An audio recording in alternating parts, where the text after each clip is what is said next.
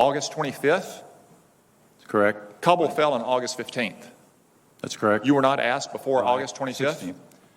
On August 25th, I was asked to provide best military assessment as whether we should keep military forces past the 31st. General Milley, it's your testimony that you recommended 2,500 troops approximately stay in Afghanistan?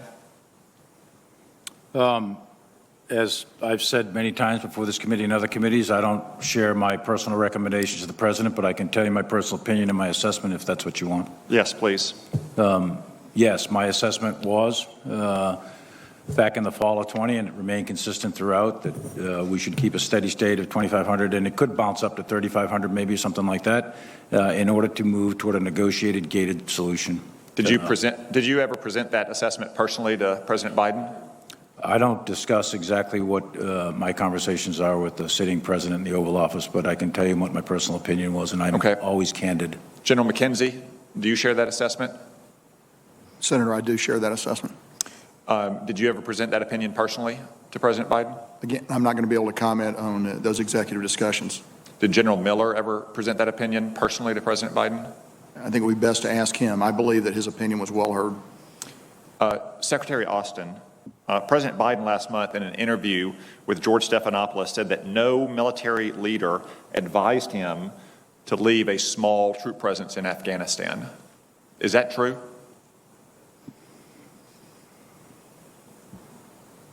Senator Cotton, I believe that, well, first of all, I know the President to be an honest and forthright man. And secondly... It's a simple question, Secretary Austin. He said no senior military leader advised him to leave a small troop presence behind. Is that true or not? Did these officer and General Miller's recommendations get to the President personally? Their input was received by the President and considered by the President, for sure. In terms of what they specifically recommended, Senator, as they just said, they're not going to provide what they recommended in confidence. I mean, it sounds to me, it's shocking to me. It sounds to me like maybe their best military advice was never presented personally to the President of the United States about such a highly consequential matter. Let me move on to another recommendation they are reported to have made. General Milley, Joe Biden has said that it was the unanimous recommendation of the Joint Chiefs that we not maintain a military presence beyond August 31st. We've heard testimony to that effect today as well. When was that unanimous recommendation sought and presented to the President? You're talking about the 31 August? Yes, the 31 August deadline for getting out of on 25 August, I was asked to make an assessment and provide best military advice on... I'm sorry, my time is limited here. Okay. You gave me the answer that I needed to hear. August 25th? That's correct. Kabul fell on August 15th. That's correct. You were not asked before August 25th? 16th. On August 25th, I was asked to provide best military assessment as whether we should keep military forces past the 31st. Secretary Austin, was anybody asked before August 25th if we should keep troops at the Kabul airport? This is the President tasked us to provide an assessment on whether or not we should extend our presence beyond August 31st. And as General Milley just said, that assessment was made. We tasked him to make that assessment on the 25th, and he came back and provided his best military advice. Secretary, Kabul fell on August 15th. It was clear that we had thousands of Americans. It was clear to members of this committee who were getting phone calls that we had thousands of Americans in Afghanistan behind Taliban lines on August 15th, and it took 10 days to ask these general officers if we should extend our presence. I suspect the answer might be a little different if you were asking them 16 days out, not 5 days out. Again, my time is limited. I want to move on to another matter. President Biden's botched evacuation screwed things up coming and going as it relates to Afghan evacuees. We left behind thousands of Afghans who served us alongside of us, who were vetted and approved to come here. We brought out thousands who really have no particular connection, about whom we know nothing and cannot be effectively vetted.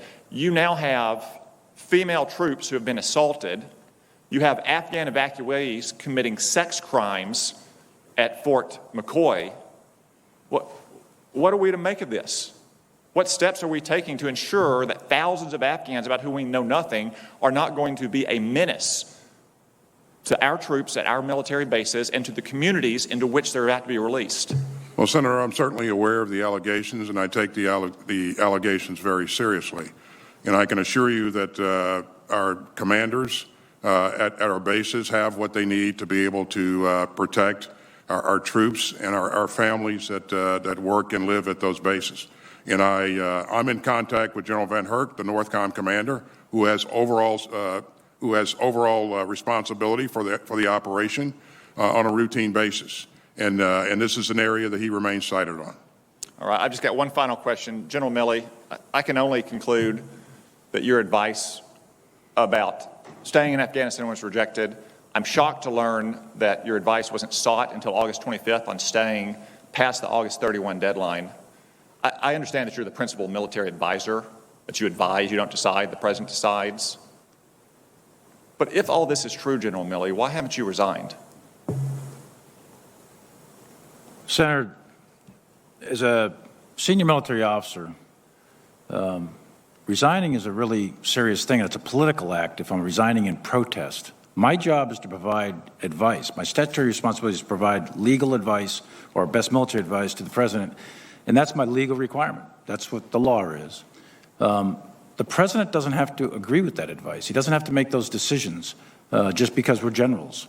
And it would be an incredible act of political defiance for a commissioned officer to just resign because my advice is not taken. This country doesn't want generals figuring out what orders we are going to accept and do or not. That's not our job.